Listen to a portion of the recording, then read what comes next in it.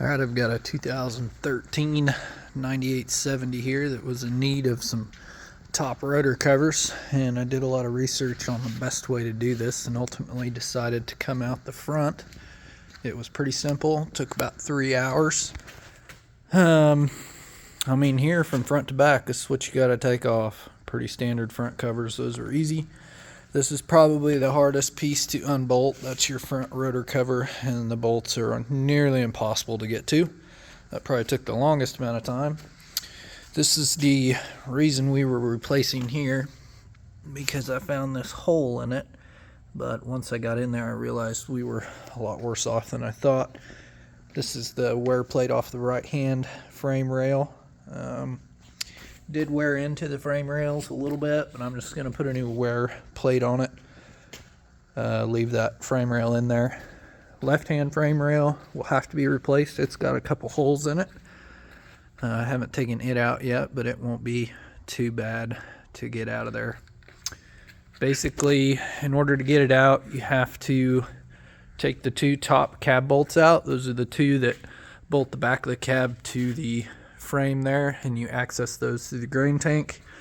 Loosen up these front two bolts here, and then I put a bottle jack in there. Happened to be the perfect size. That's off my Lakota Gangbuster, and jacked her all the way up and put blocks in there. I could go higher, that would have made it easier, but I had to get another block or another jack, and I didn't mess with that. So I raised it probably, I don't know, what is that, 6-8 inches, and was able to convince that thing to come out of there. So one guy told me to pull the rotor while I do this, and honestly that's not a terrible idea, but I'd already done threshing elements and feed flights on this, so I didn't really have, as well as front rotor bearing, didn't really have a lot of reason to pull that rotor out.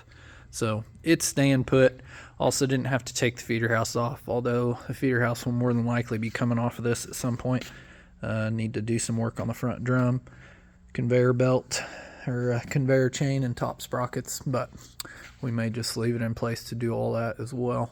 So wasn't that bad. I was a little worried about it, but like I said, took me 3 hours. I am going to go with all Deere parts to go back in, because this was the high wear package when it was ordered from the factory, so I want to get at least another 4,000 separator hours out of it, so I'm not going to put anything less abrasion resistant in it than what I already have. So total parts on this is going to be about $8,500.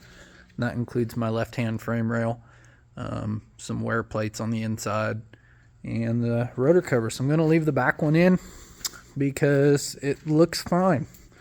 It's got full thickness. It's also extremely easy to get to if you have to weld a patch in it. So I'm going to get more life out of that one. When it does have to come out, we'll leave the front two in place and we'll pull it out the back, taking off engine shields and pulling it out the top side. So that's the plan. I think it can come out this side. I've been told that.